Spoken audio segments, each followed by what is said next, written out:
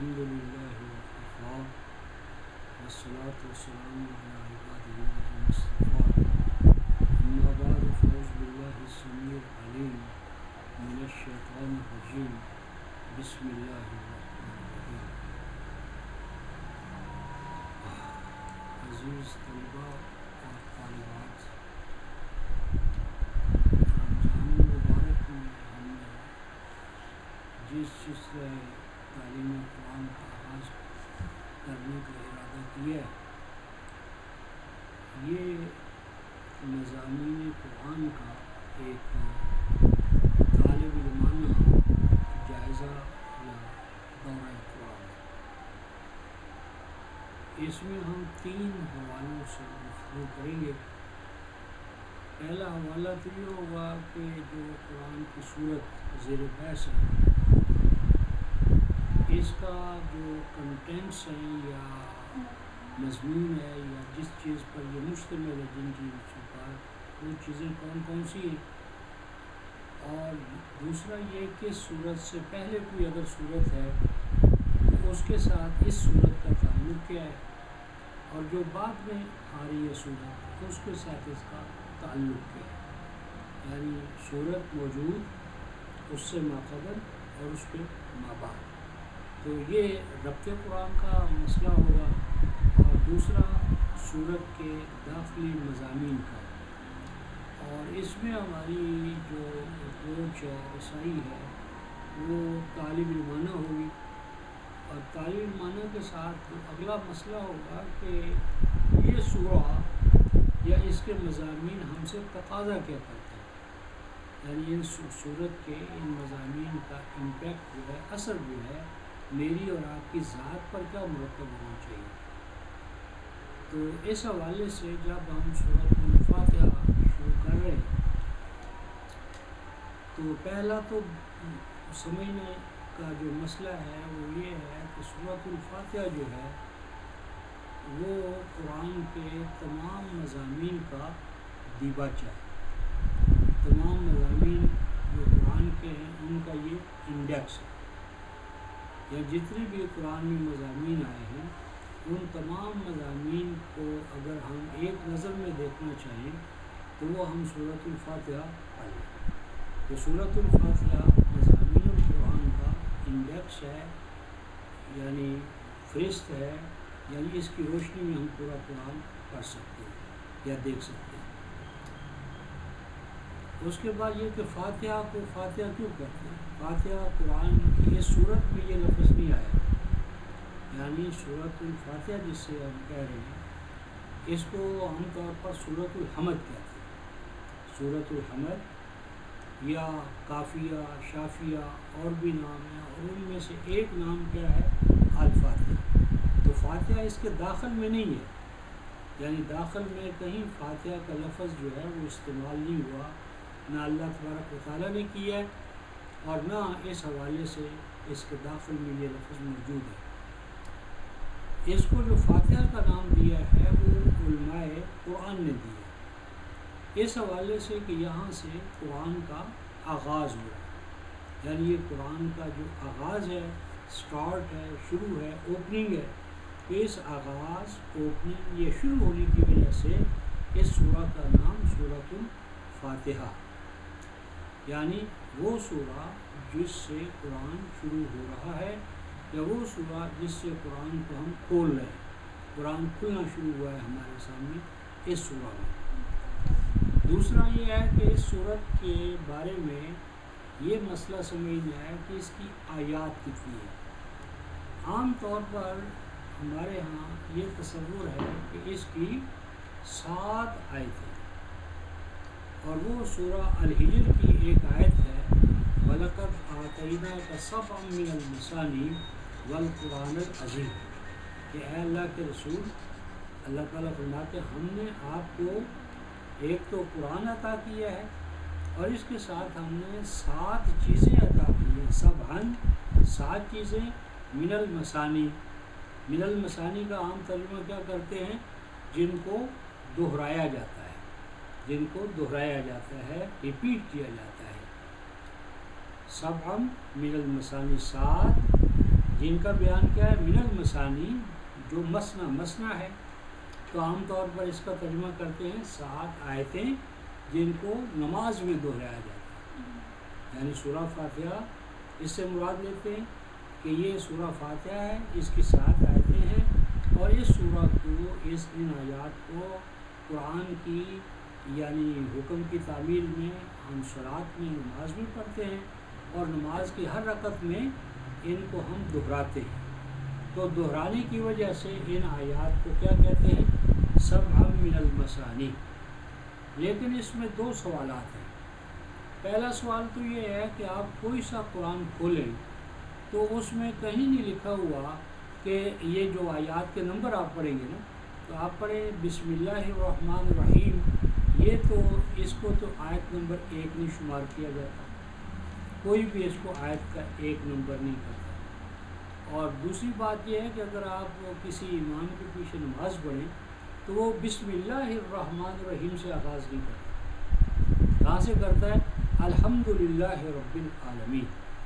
یعنی سورۃ الفاتحہ میں جب ہم نماز کا کرتے عمل تو ہم آغاز کرتے ہیں الحمدللہ رب العالمین، یعنی بسم اللہ الرحمن ہم خفیہ پڑھتے ہیں، آہستہ پڑھتے ہیں، الحمدللہ سے ہم جہری قرأت کا آغاز کرتے ہیں، تو اس کو آیت کا نشان 1 نہیں دیا گیا۔ اگرچہ بعض ائمہ کے نزدیک، اور میں ان کی تائید کرتا ہوں، کہ وہ اس کو پہلی آیت شمار کرتے ہیں، اور جب بھی ہم صلاۃ ادا کرتے ہیں جہری تو ہم آغاز کرتے ہیں بسم اللہ الرحمن الرحیم سے، اور یہ بھی بعض ائمہ کی یہ رائے ہے، تو اس پر عمل کرتے ہیں۔ اور حرمین میں بھی بعض امام ہیں جو نماز پڑھائیں گے تو بسم اللہ الرحمن اونچی آواز میں پڑھیں گے، لیکن زیادہ تر اس کو آہستہ پڑھتے ہیں، اور اس کی وجہ یہ بتاتے ہیں کہ یہ قرآن کی پہلی آیت نہیں ہے، سورہ فاتحہ کی پہلی آیت نہیں ہے، پہلی آیت ہے الحمدللہ رب العالمین، یہاں بھی یہی لکھا ہوا ہے الحمدللہ رب العالمین۔ پھر سوال پیدا ہوا کہ اگر یہ بسم اللہ الرحمن الرحیم پہلی آیت نہیں ہے فاتحہ کی، تو پھر یہ قرآن میں کس مقام پر آئی ہے؟ آغاز میں آ گئی ہے تو یہ پھر سورہ فاتحہ کا جز نہیں ہے، تو پھر اس کا مقام کیا ہے؟ تو اس میں بعضوں نے کہا کہ یہ تیمنا، کہ یہ برکت کے لیے ہم اس کو پڑھتے ہیں، حصول برکت کے لیے، بسم اللہ الرحمن الرحیم حصول برکت کے لیے ہم پڑھتے ہیں۔ اور عام تو موقف یہ ہے کہ یہ جو ہم سورت کے شروع میں بسم اللہ پڑھتے ہیں تو اس کو کیا کہتے ہیں؟ فصل۔ یہ ایک سورت جب ختم ہوتی ہے اور دوسری سورت شروع ہوتی ہے تو اس کے آغاز میں بسم اللہ پڑھتے ہیں فصل کے لیے، یعنی 2 سورتوں کے مابین فصل کس طرح ہوتا ہے؟ بسم اللہ الرحمن الرحیم کے آغاز سے۔ تو اس میں ایک حدیث بھی ہے کہ آپ صلی اللہ علیہ وسلم فرمایا کہ جب جبرائیل آتے ہیں اور بسم اللہ الرحمن الرحیم سے شروع کرتے ہیں تو میں سمجھتا ہوں کہ یہ نئی سورت شروع ہو رہی ہے، اور جب بسم اللہ الرحمن نہیں پڑھتے، مجرد قرآن پڑھتے ہیں، تو میں سمجھتا ہوں کہ یہ قرآن کسی اور سورت کا حصہ ہے، اور میں وہاں پر رکھ دیتا ہوں اس کو۔ تو سورۃ الفصل یعنی یہ آیت کیا ہوئی؟ آیت الفصل، 2 سورتوں کے درمیان فصل کرنے والا۔ لیکن اب فاتحہ میں تو آغاز ہی قرآن کا یہاں سے ہو رہا ہے، تو یہاں تو فصل نہیں ہو سکتا، جب آغاز ہی یہاں سے ہو رہا ہے تو فصل کیسے ہوگا؟ تو اس کا حل انہوں نے یہ نکالا ہے کہ یہ تیمنن ہے، کہ یمن برکت حاصل کرنے کے لیے یہ ہم نے آغاز میں اس کو پڑھتے ہیں، لیکن یہ کمزور موقف ہے۔ حقیقی بات یہی ہے کہ یہ سورہ فاتحہ جو ہے اس کا بسم اللہ الرحمن الرحیم پہلی آیت ہے، لیکن عام جو ہمارا ٹرینڈ یا رجحان ہے اس میں یہ پہلی آیت شمار نہیں کی گئی۔ اس لیے اب دیکھو اس میں ایک تضاد پیدا ہو گیا۔ دیکھیے بسم اللہ الرحمن الرحیم آیت نمبر 1، الرحمن الرحیم 2، مالک یوم الدین 3، ایاک نعبد و ایاک نستعین 4، اہدنا الصراط المستقیم 5۔ اب 5 کے بعد کیا کرتے ہیں؟ صراط الذین انعمت علیہم۔ اگر قرآن سامنے ہے تو دیکھیں کیا لکھا ہوا ہے، 5 بھی لکھا ہوا ہے، 6 بھی لکھا ہوا ہے۔ 5 بھی اور 6 بھی. تو یہ 5 اور 6 کیوں لکھا؟ یعنی اب وہ آگے دیکھیں وہ جو ولد دعالین ہے وہاں 7 لکھ دیا، یعنی وہاں 7 لکھا حالانکہ وہاں 5 اور 6 لکھا تھا. تو حقیقت یہ ہے کہ اگر ہم سبب من المثانی کا اس کو مصداق بنائیں تو اس کی 7 آیتیں کرنا پڑتی ہیں. اور چونکہ فقہا نے اس کو اس کا محل تو بنایا سبب من المثانی، لیکن فاتحہ میں بسم اللہ شامل نہیں کی. بسم اللہ شامل نہ کرنے کی وجہ یہ سارا مسئلہ کھڑا ہو گیا. لیکن اگر آپ بسم اللہ الرحمن پہلی آیت شمار کر لیں تو 7 کی 7 پوری وہ آیتیں بن جاتی ہیں، اور سبب من المثانی کا جو پہلا تقاضا ہے 7 والا وہ پورا ہو جاتا ہے. اگرچہ من جو مثانی ہے وہ نہیں پورا ہوتا، وہ پورا نہیں ہوتا. کیوں کہ مثانی کا ترجمہ کیا کیا گیا؟ دہرائی جانے والی. اور یہ روٹ اس کا کیا ہے کچھ پتہ ہے؟ مثانی کا روٹ کیا ہے؟ یہ ہے ثانیہ. ثانیہ کسے کہتے ہیں؟ ایک تہ کے اوپر دوسری تہ. تو اس کا کیا معنی؟ مینی فولڈز، یعنی مینی لیئرز، یعنی ایک ایسی چیز کہ جو لپٹی ہوئی ہو، تہ در تہ ہو، اس کے بہت سے لیئرز ہوں، جہت ہوں، پرت ہوں، جی، تو جس کے پہلو ہوں، تہیں ہوں، یعنی جس کے بہت سارے پہلو ہوں، تہیں ہوں اور اس کے پرت ہوں، اس کو ہم کیا کہتے ہیں؟ مثانی. مثانی دراصل من بیانیہ ہے، اور المثانی مثنا نہیں ہے، مثنا کی جمع ہے. مثانی جو ہے یہ مثنا کی جمع ہے. اگر مثنا ہوتا تو ہم کہہ سکتے تھے دہرائے جانے والا، لیکن یہ تو مثانی جمع ہے. اور دوسری بات یہ ہے کہ قرآن حکیم نے اپنے آپ کو، یا اللہ تعالیٰ نے اپنے پورے قرآن کو مثانی کہا ہے. اس ضمن میں اگر آپ سورہ الزمر 39/23 پڑھیں گے، 39-23، اس میں اللہ تعالیٰ فرماتے ہیں اللہ نزل احسن الحدیث کتابا متشابہا مثانیہ. اللہ نزل احسن الحدیث کتابا متشابہا مثانیہ. یہ ذرا 39/23 نکالو، جس میں اللہ تعالیٰ نے خود یہ ارشاد فرما دیا ہے کہ اللہ نزل احسن الحدیث کتابا متشابہا مثانیہ. 551 صفحہ. اللہ نزل احسن الحدیث، اللہ تعالیٰ نے نازل کیا ہے احسن الحدیث. کیا معنی احسن الحدیث کا؟ بہترین کلام. نہ، احسن کا معنی تو حسن سے ہے، اور حسن کب ہوتا ہے؟ جب اس میں توازن ہو، بیلنس ہو. احسن کا معنی میں کرتا ہوں موسٹ بیلنس، غیر معمولی توازن، اعتدال اور قوام کا حامل. اور الحدیث کا معنی نریشن نہیں ہے. الحدیث بمقابلہ قدیم. الحدیث کا میں ترجمہ کرتا ہوں تو دا لیٹسٹ، تازہ ترین، جدید ترین.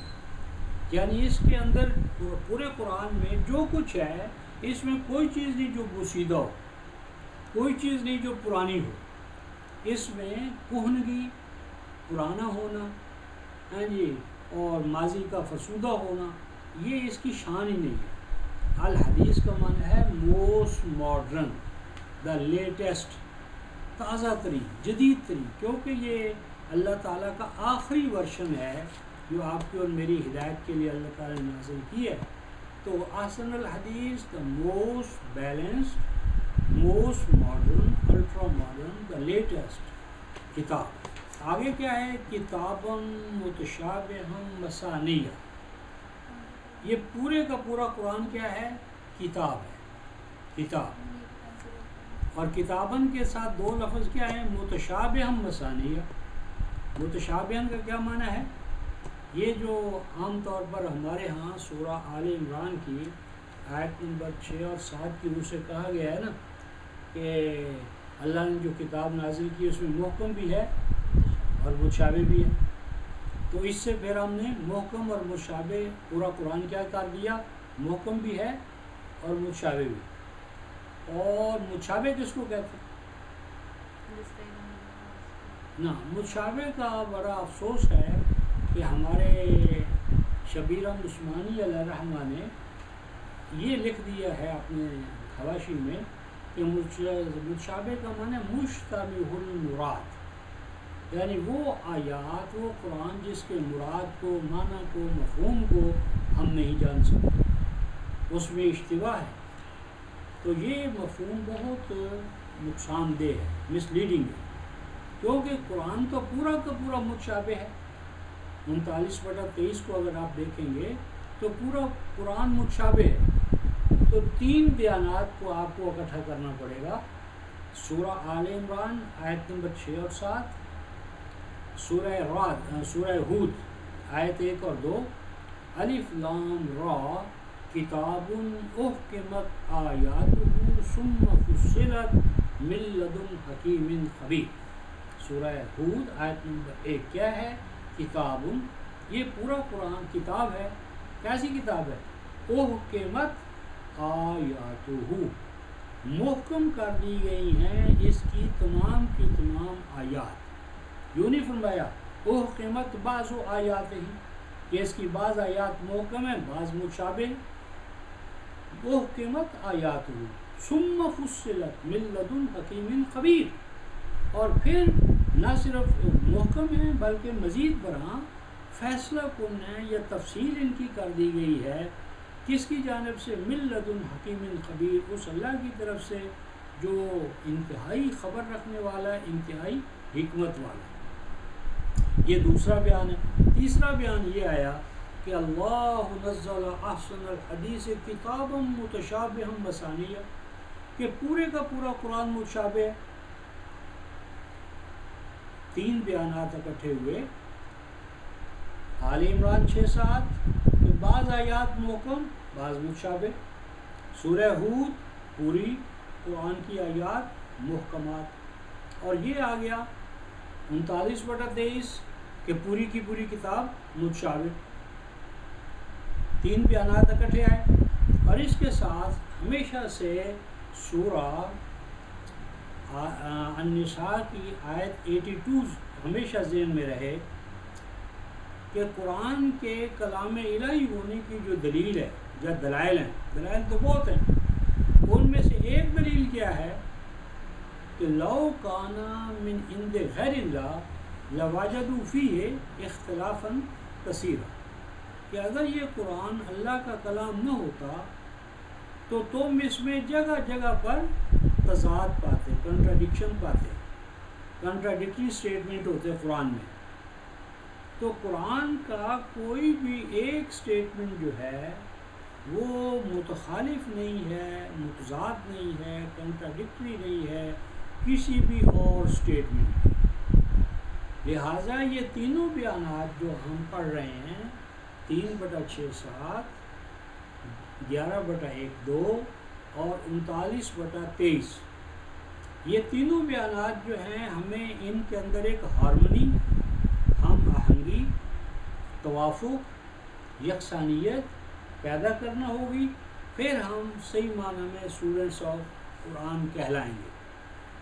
اس حوالے سے میں آپ کے سامنے ایک مثال رکھتا ہوں. اگر وہ ایک مثال ہمارے ذہن میں پوری طرح راسخ ہو گئی اور ہم نے اس کو سمجھ لیا تو بے شمار قرآن کی اور آیات ہیں جن کو آپ خود بخود سمجھ جائیں گے.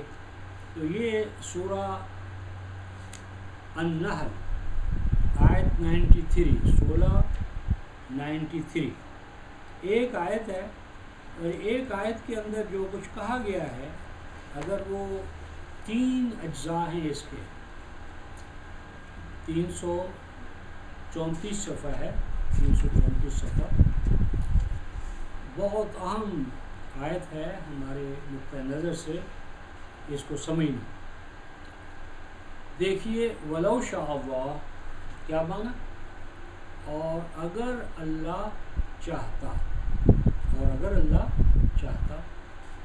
لَجَعَلَكُمْ أُمَّةً وَاحِدَةً، تو تمہیں بنا دیتا، تم سب کے سب کو بنا دیتا ایک امت، ایک ڈگر پر چلنے والے، جس طرح بھیڑ بکریاں وحوش چرندے پرندے درندے سارے ایک ڈگر پر چلنے والے ہیں، ان میں کوئی اختلاف نہیں ہے، تمام بکریاں تمام بھیڑیں ایک ڈگر پر چلنے والی ہیں۔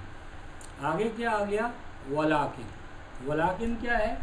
استدراک، کہ یہ جو کام تھا نا کہ اگر اللہ چاہتا تو تمہیں ایک ڈگر پر چلنے والا بنا دیتا، لیکن اس نے تمہیں ایک ڈگر پر چلنے والا نہیں بنایا، تو کیا کیا اس نے؟ وَلَٰكِن يُضِلُّ مَن يَشَاءُ وَيَهْدِي مَن يَشَاءُ، بڑا اہم مقام ہے۔ لیکن وہ اللہ، یہ ہم وہ ترجمہ کر رہے ہیں جو ٹریڈیشنل ہے، غائج الوقت ہے، اور ہمارے اس ترجمے میں بھی یہی موجود ہے۔ لیکن وہ اللہ یضل من یشاء، گمراہ کرتا ہے جس کو وہ اللہ چاہتا ہے، ویہدی من یشاء، اور وہ اللہ ہدایت دیتا ہے اس کو جس کو وہ اللہ چاہتا ہے۔ اب ہدایت دینا کس کا کام ہے؟ اللہ کا۔ گمراہ کرنا تو کس کا کام ہے؟ اللہ۔ تو جب گمراہ اللہ کرتا ہے اور ہدایت اللہ دیتا ہے تو اب ذمہ داری کس کی ہوئی اعمال کی؟ اللہ۔ اب یہ آیت ختم نہیں ہوئی، یہ دیکھیے ایک آیت ہے اور اس کے 3 اجزاء ہیں، یعنی وَلَوْ شَاءَ اللَّهُ لَجَعَلَكُمْ أُمَّةً وَاحِدَةً ایک، وَلَٰكِن يُضِلُّ مَن يَشَاءُ وَيَهْدِي مَن يَشَاء 2، یہ 2 اجزاء ہوئے، اور آیت مکمل نہیں ہوئی۔ تیسرا حصہ کیا ہے؟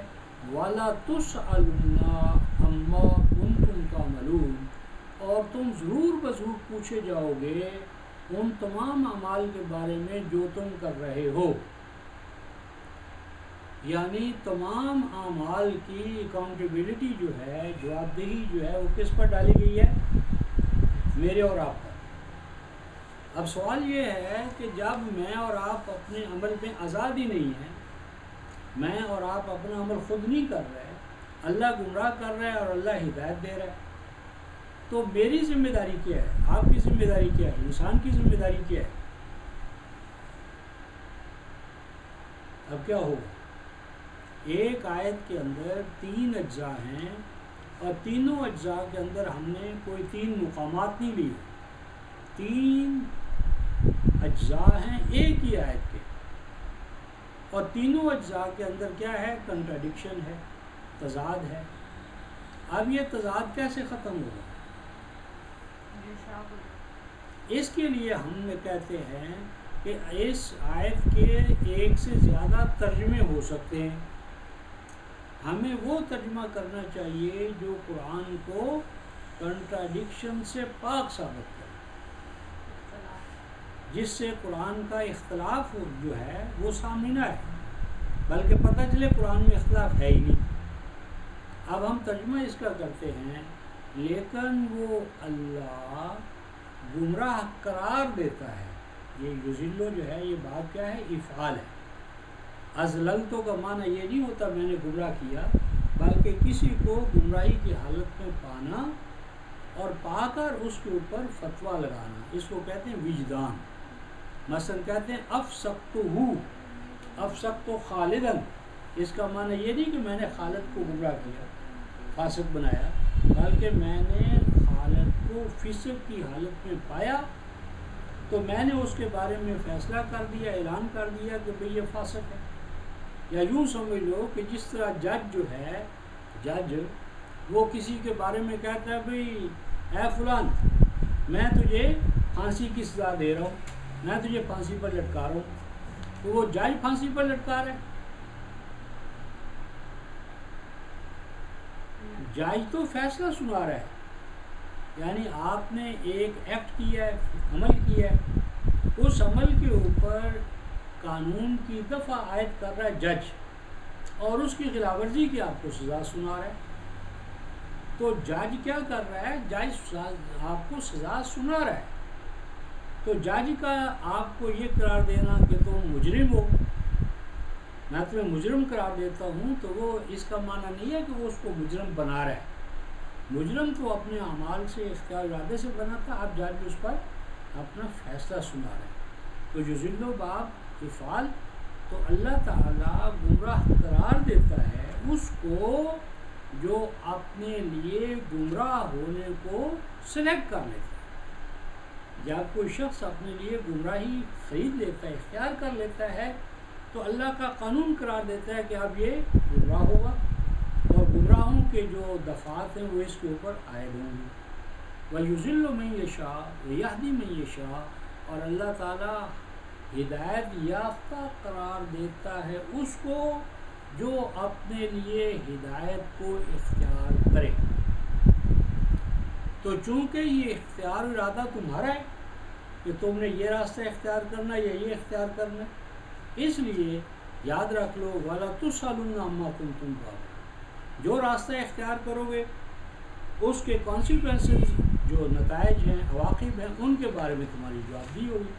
تو چونکہ وہ تمہارا سلیکشن ہے، اس لیے جواب دہی بھی تمہارے اوپر عائد ہوگی. اسی طرح 18/29 نکالیں سورہ الکہف آیت نمبر 29 کہ من یشاء جو ہے یہ بندے کے حوالے سے ہے، نہ کہ اللہ تبارک و تعالیٰ کے حوالے سے. تو یہ آیت نمبر 29 جس میں ارشاد فرمایا کہ قُلِ الْحَقُّ مِن رَبِّكُمْ، 357 صفحہ ہوگا، 357، کہ قُلِ الْحَقُّ مِن رَبِّكُمْ، ان سے کہہ دو کہ حق کا پہنچانا، بتانا، سکھانا یہ تو اللہ تعالیٰ کے اوپر واجب تھا، اس نے اس کو ادا کر دیا. تیسری سطر 357 صفحہ. قُلِ الْحَقُّ مِن رَبِّكُمْ، ان سے کہہ دو کہ حق پہنچانا، بتانا اللہ تعالیٰ کے حوالے سے تھا، اس کی جانب سے تھا. آگے کیا فرمایا؟ فَمَن شَاءَ فَلْيُؤْمِن، بس جو تم میں سے چاہے. اب یہاں من یشاء جو ہے، من شاء، شاء کا فاعل کون ہے؟ انسان، بندہ، اللہ نہیں. پر جو تم میں سے چاہے فَلْيُؤْمِن، مومن ہو جائے، ایمان اختیار کر لے. اور جو ایمان نہ اختیار کرنا چاہے، ومن شاء، جو دوسرا راستہ اختیار کرنا چاہے، فَلْيَكْفُرْ، اس کو کفر کرنے کی اجازت ہے. تو کفر یا ایمان جو ہے وہ انسان کے اختیار و ارادے پر چھوڑا گیا. یہ میں نے 2 مثالیں دی تھیں 482 کے اصول کی وضاحت کے لیے کہ جہاں کہیں آپ کو تضاد محسوس ہو یا تضاد پائیں تراجم میں، تو وہاں کھڑے ہو جائیں اور کھڑے ہو کر آپ اس ترجمے کو ریکنسیڈر کریں، سوچیں، غور کریں، اس کو چیلنج کریں اور وہ ترجمہ اختیار کریں کہ جو اس جیسے جتنے بھی قرآنی مقامات ہیں ان میں کنٹراڈکشن یا تضاد سے وہ پاک ہو، جو موقف آپ کا. اور یہ کرنا ضروری ہے کیونکہ قرآن نے جو اپنے مومن بندوں کے بارے میں بتایا ہے، مومن بندوں کے جو اوصاف بتائے ہیں وہ ذرا دیکھیں. 25/73-74 نکالیں.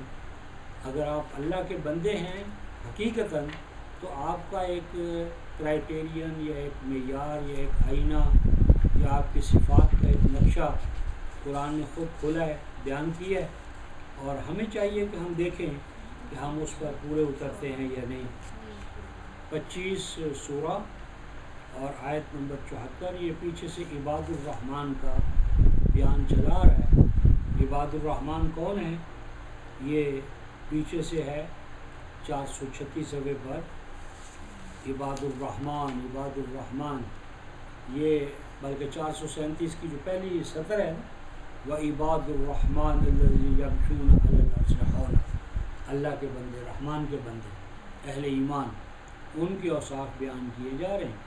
اور ان کے اوصاف بیان کرتے کرتے ارشاد فرماتے ہیں کہ یہ 438 صفحے کی پہلی سطر، وَالَّذِينَ إِذَا ذُكِّرُوا والذین اذا ذکروا بآیات ربہم لم یخروا علیہا صما وعمیانا. اور یہ وہ بندے ہیں اللہ والے عباد الرحمن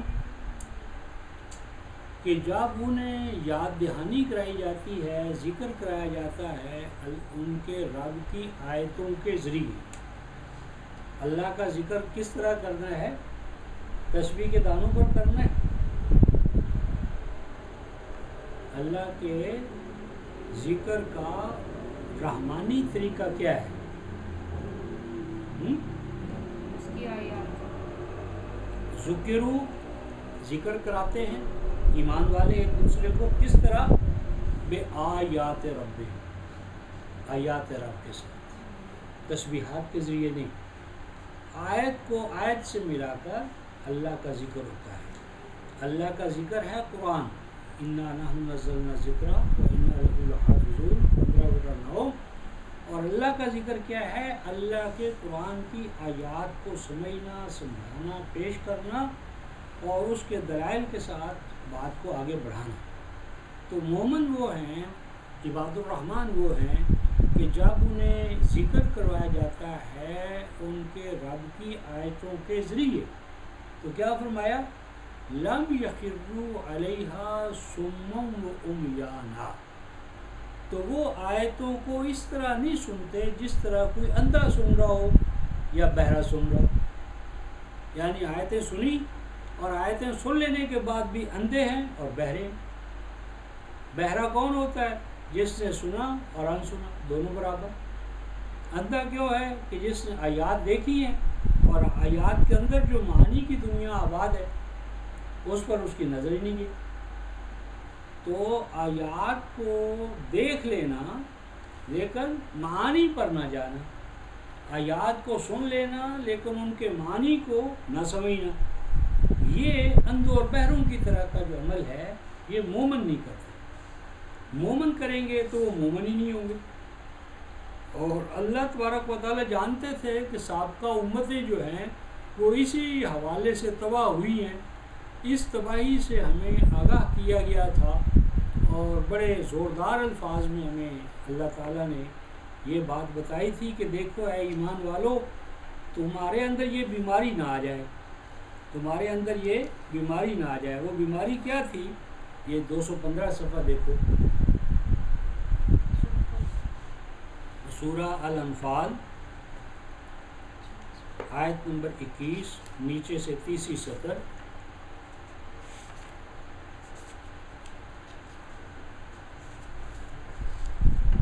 اوپر حکم ہو رہا ہے یا ایھا الذین آمنوا کو، 215 صفحہ 215 صفحہ. اے ایمان والو، یا ایھا الذین آمنوا سے خطاب ہے اور آگے خطاب کا میں یہ حصہ لے رہا ہوں، ولا تکونوا، ولا تکونوا اور نہ ہو جانا تم.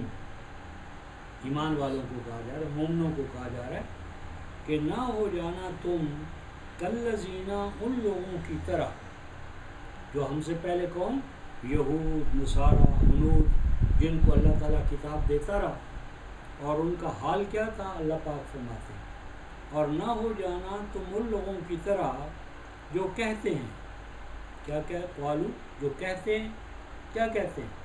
سمعنا، کہ ہم تو اللہ کا کلام سن رہے ہیں، نمازوں میں سنتے ہیں، خطبوں میں سنتے ہیں، تراویح میں تو پورا قرآن ہم نے سننا ہے یا نہیں سننا؟ سن رہے. وہ پورا رمضان جو ہے وہ مساجد بھری ہوں گی اور قرآن سنایا جا رہا ہوگا.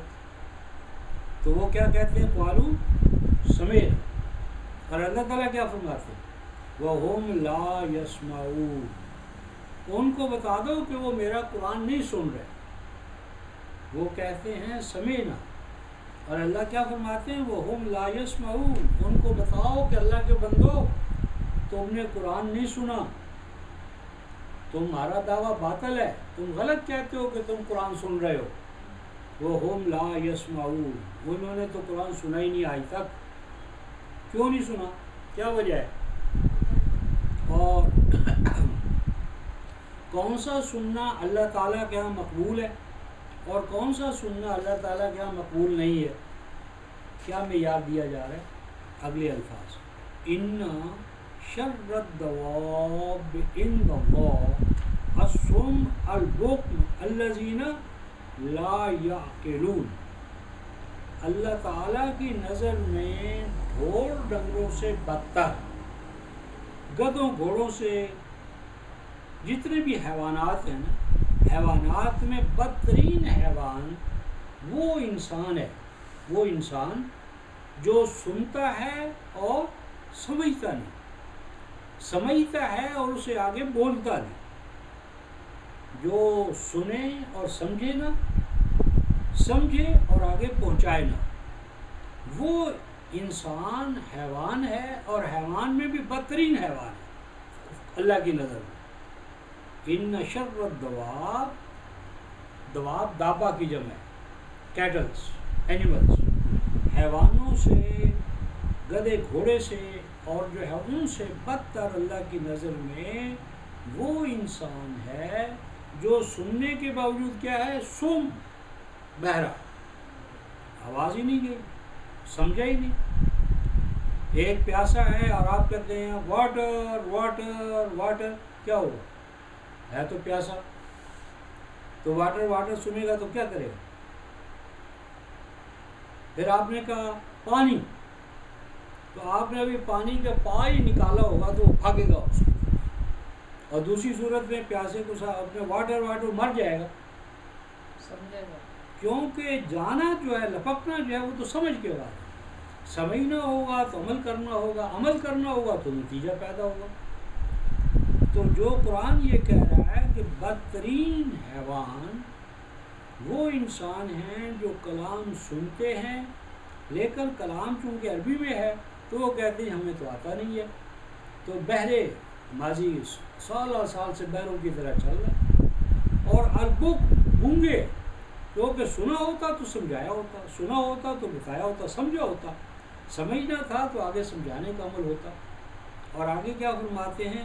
الذین لا یعقلون۔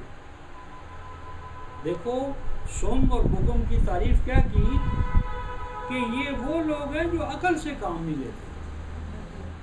گویا کہ یہ جو فزیالوجی ہمیں کہتی ہے نا، گونگا اور بہرا، اصلاً یہ مائنڈ کا مسئلہ ہے، یہ مائنڈ کا مسئلہ ہے۔ مائنڈ کے اندر کوئی مسئلہ ہوتا ہے کہ جس کی وجہ سے انسان گونگا اور بہرا ہوتا ہے۔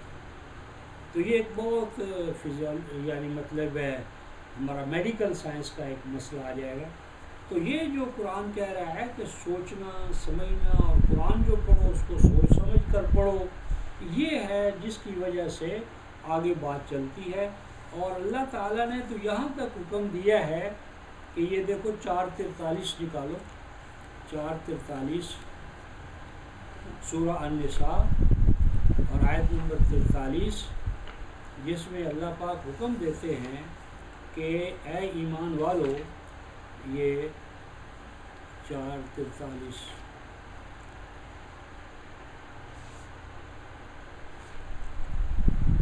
لا تقربوا الصلاة وانتم سکارى، یہ 102 صفحہ۔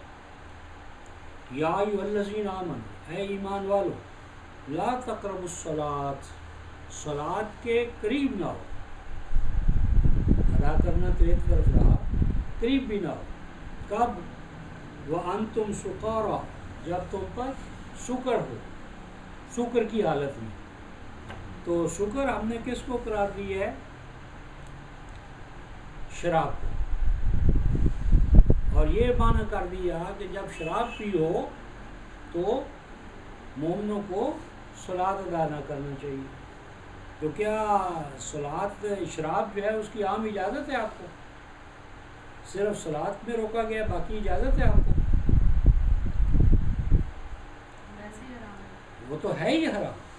تو جب وہ ہے ہی حرام تو یہ کہنے کا کیا معنی ہے کہ جب نماز میں آؤ تو شراب نہ پیو؟ تو اس کا پھر مولویوں نے یہ بنایا کہ اصل بات یہ تھی کہ ایک دور تھا مسلمانوں پر کہ وہ شراب پی لیتے تھے، حرام نہیں تھی، بس نماز کے وقت حرام ہوتی تھی۔ اور پھر ایسی روایات ہیں کہ سیدنا حمزہ رضی اللہ تعالیٰ نے شراب پی ہوئی تھی، اور نماز غلط پڑھا دی. سیدنا علی کے بارے میں صلات غلط پڑھا دی کیونکہ شراب پی ہوئی تھی. تو کہتے ہیں جب وہ غلطیاں کرنے لگے تو پھر اللہ نے روک دیا کہ نہیں بھی اب تو شراب کی حالت میں شراب ہے ہی حرام کیونکہ تم نماز میں بھی نہیں باز آتے. تو یہ غلط بات ہے. سکارا کا معنی شراب کا نشہ نہیں ہے، اگرچہ وہ ہو سکتا ہے، لیکن سکر اصل میں کس کو کہتے ہیں؟ سین کاف رے. سکر وہ حالت ہوتی ہے جس میں انسان اپنے حواس سے کام نہ لے.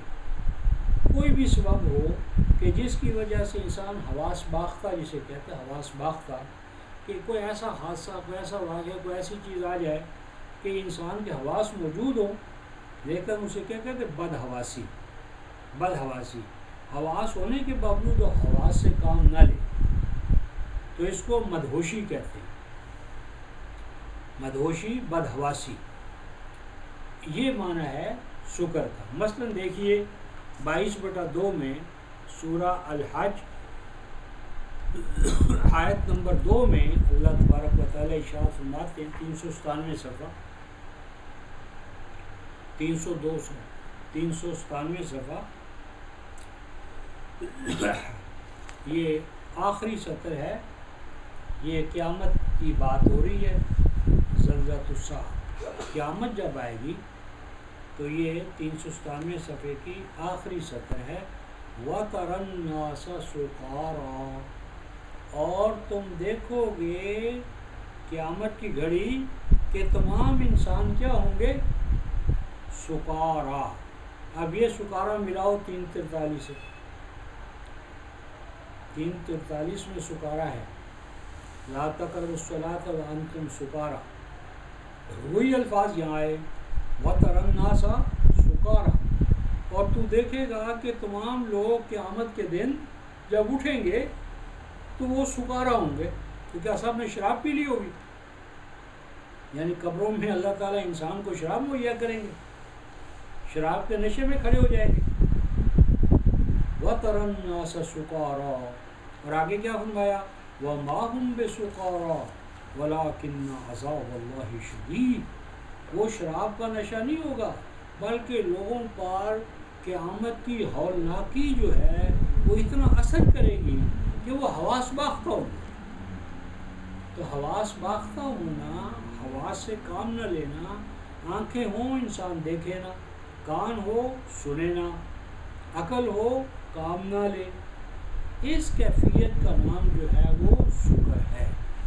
تو صلات کو اس طرح ادا کرنا کہ جب ہم الفاظ صلات کے مفہوم اور معنی کو نہیں جانتے، مثلا جب ہم پڑھتے ہیں قنوت، کب پڑھتے ہیں؟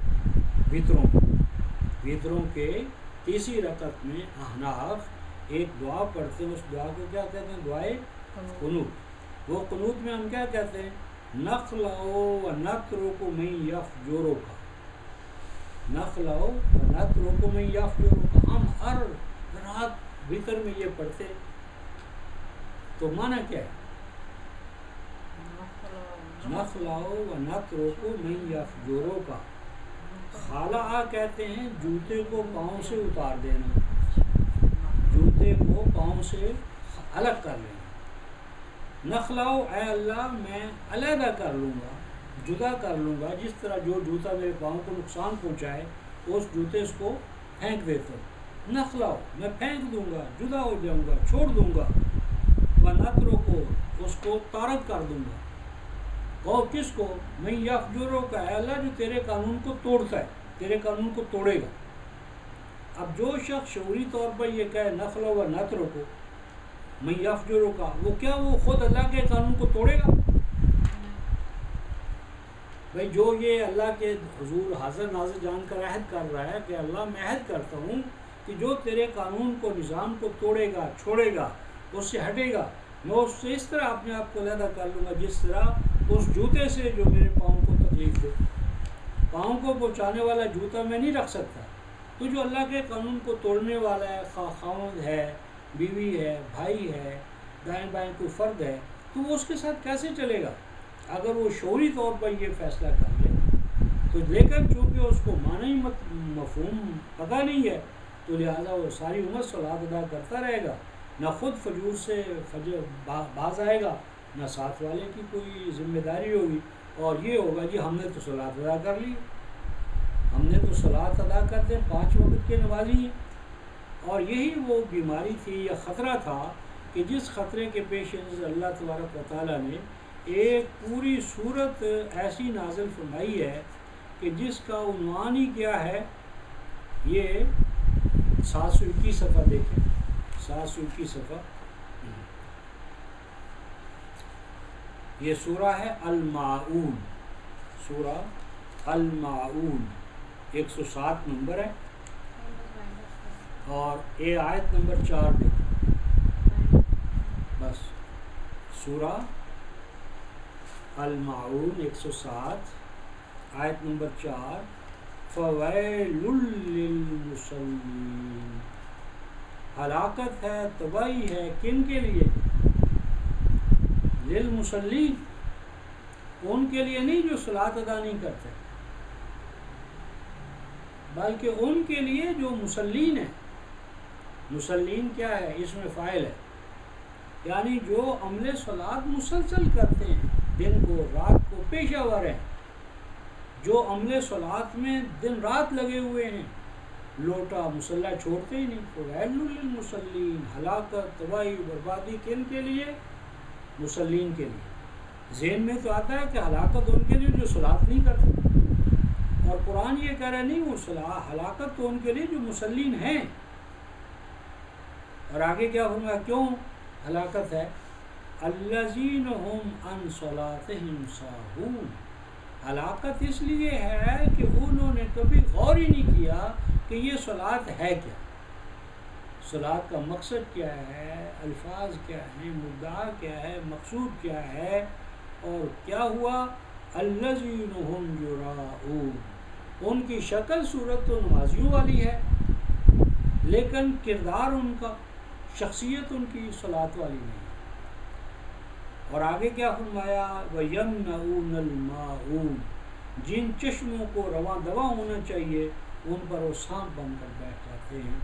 تو آج کی نشست کا جو ایک آزمائشی ابتدائی نشست تھی، اور جس میں ہم اپنے مدعا سے کافی دور چلے گئے، اور اس کو ہم خلاصہ یہ ہے کہ صلاۃ کا عمل ہو یا قرآن کے پڑھنے پڑھانے کا عمل ہو، اس میں غور و فکر، تدبر، تفکر اور عقل، فہم اور بصیرت سے کام لینا، یہ اصل میں قرآن کا بنیادی تقاضا ہے۔